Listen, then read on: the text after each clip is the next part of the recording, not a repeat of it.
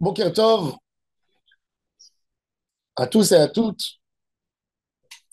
Je suppose que vous avez remarqué dans la paracha, quand on voit le nombre de chaque tribu, la tribu de Réhouven, tant et tant, la tribu de Shimon, ce qui saute à l'œil, qui tape à l'œil, c'est quand on parle des Lévis. Les Lévis. Les Lévis, c'est la tribu la plus petite du Ham Israël. 22 000. Et la question qui se pose, pourquoi les Lévis sont peu nombreux? Toujours n'ont jamais dépassé les grands chiffres. Et pourtant, Lévi avait des enfants comme les autres.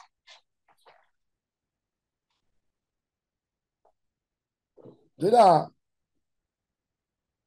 on comprend quelque chose. Si on regarde l'histoire du peuple d'Israël en Égypte, la seule tribu qui a été épargnée de l'esclavage, c'est la tribu de Lévi. Ceux qui ont travaillé et qui ont souffert, Akadosh Baruch Hu les a récompensés. Un homme, il doit savoir dans la vie, souvent on se dit, ah, il y a ce monsieur qui est serein. C'est faux. Un homme ne peut pas prendre tout dans la vie. Il faut savoir qu'un homme qui a une belle parnassa, rares sont les gens qui ont une belle situation, mais qui ont des enfants exemplaires. On choisit dans la vie, la Gemara elle dit, c'est très rare des tzadikim qui ont eu Torah ou Gdoula b'makom echad, qui ont eu la Torah, mais qui ont eu la richesse dans le même endroit. C'est pas tout le monde qui peut vivre avec ça. Mon cher Rabbeinu alav shalom, ses enfants n'ont pas continué sans chemin. C'était des tzadikim, mais c'est pas. La Gemara elle dit, Rabbeinu Akadosh, t'es riche,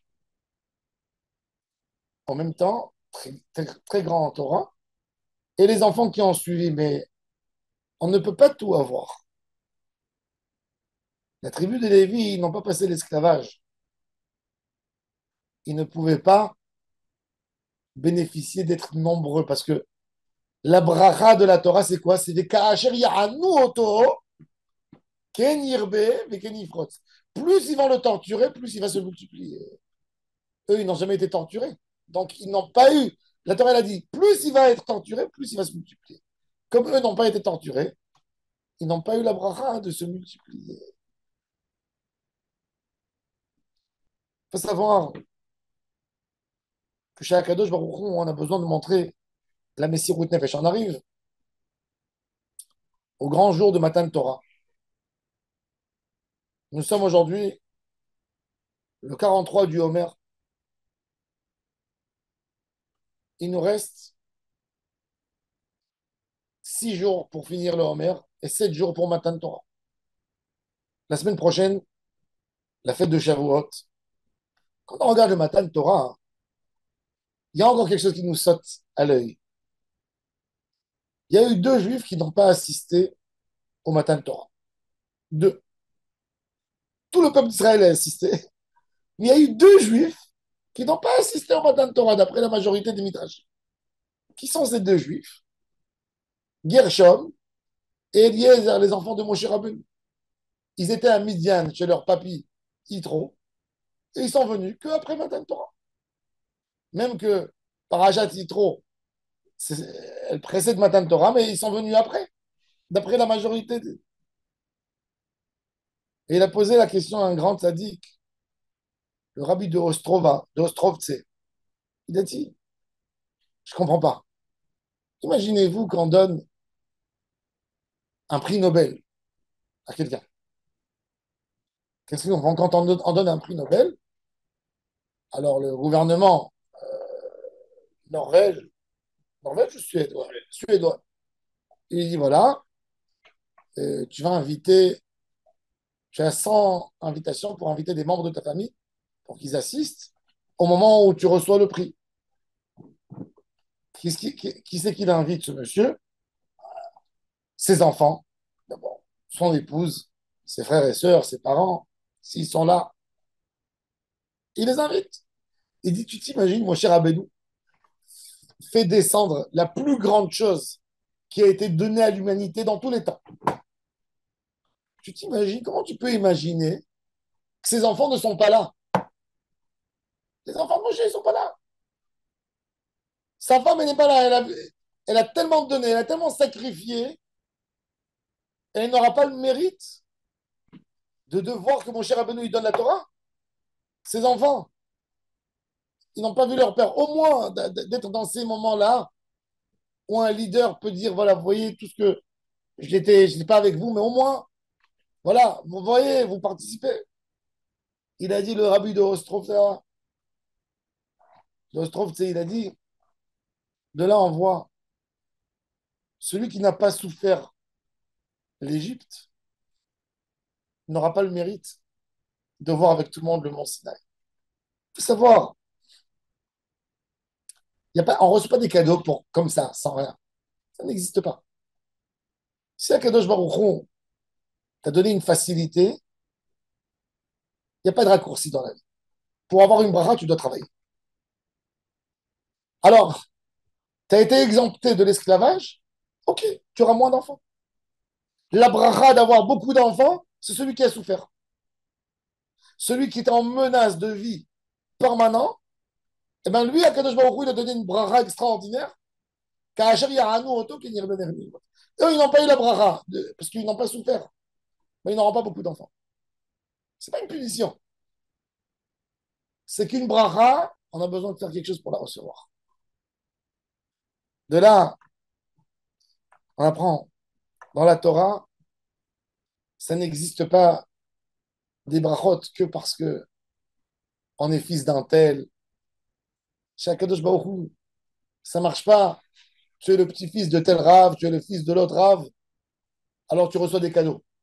Si toi, tu n'as pas travaillé, si toi, tu t'es pas investi, tu n'obtiendras rien du tout.